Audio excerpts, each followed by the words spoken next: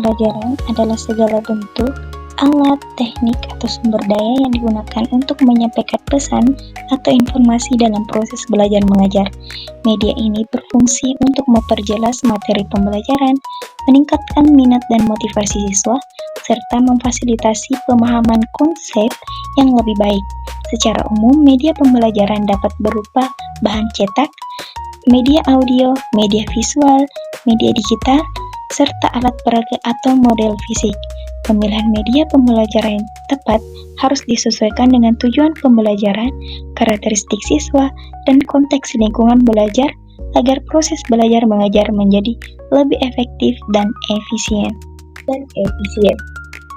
Nah, di sini saya akan mengambil 4 jenis-jenis media pembelajaran, yaitu yang pertama adalah media digital. Nah, di era modern ini media digital sangat penting loh. Contohnya adalah Microsoft Teams yang memungkinkan kita belajar dari jarak jauh, berinteraksi secara online, dan mengakses berbagai sumber belajar digital. Nah, di kelebihan media digital antara lain fleksibilitas, aksesibilitas, dan kemampuan untuk menyajikan materi secara interaktif. Nah, tapi media digital juga mempunyai kekurangan loh. Yang pertama yaitu adalah ketergantungan pada teknologi, yaitu kita harus membutuhkan perangkat seperti handphone, laptop, atau komputer, dan internet yang stabil loh. Kemudian biaya yang bisa tinggi, karena untuk memasuki aplikasi tertentu ada kalanya memiliki aplikasi berbayar atau paket data internet. Dan kemudian berpotensi mengganggu konsentrasi. Siswa bisa terdistraksi dengan hal lain saat menggunakan perangkat loh. Seakan kita mendapatkan godaan untuk membuka aplikasi lain daripada aplikasi digital untuk pembelajaran. Nah, kemudian yaitu adalah kelebihan media cetak. Bisa teman-teman lihat di media cetak ini saya mengambil buku sebagai contohnya.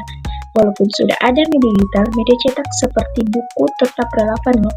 Buku memberikan informasi yang mendalam, bisa dibaca kapan saja dan di mana saja tanpa memerlukan koneksi internet.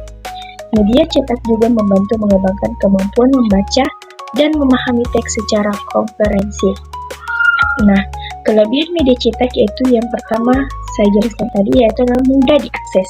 Kemudian portable, mudah dibawa kemana saja, bisa digunakan kapanpun tanpa bergantung pada teknologi. Nah, ada pun juga kekurangan media cetak. Yang pertama yaitu kurang menarik. Biasanya hanya berupa teks, gambar, atau statis sehingga dapat membosankan, serta tidak interaktif.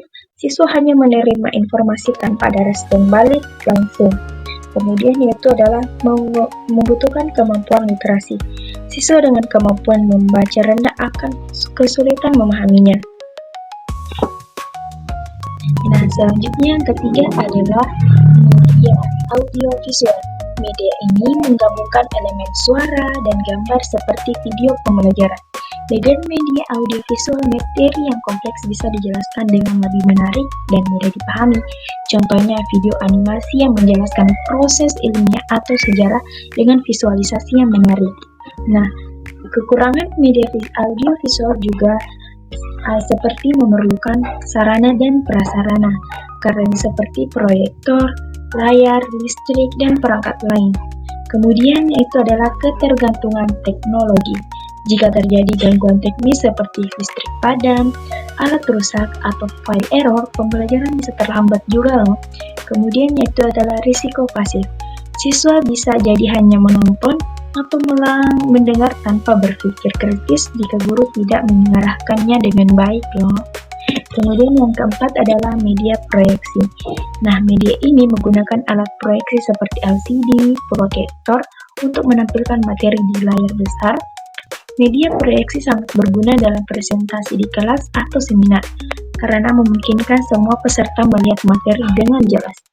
Nah, media proyeksi juga memiliki kekurangan loh, seperti memerlukan peralatan khusus seperti proyektor, komputer atau laptop, layar, listrik, jadi tidak selalu praktis. Kemudian butuh keterampilan guru.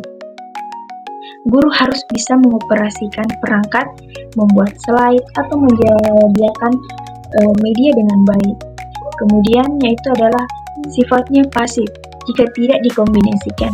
Siswa hanya menonton sehingga guru perlu memberikan aktivasi agar lebih interaktif. Nah, ini sama.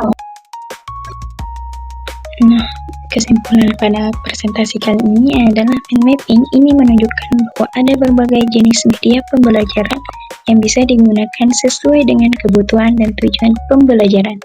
Dengan memilih media yang tepat, kita bisa membuat proses belajar mengajar menjadi lebih efektif, menarik, dan relevan bagi semua siswa.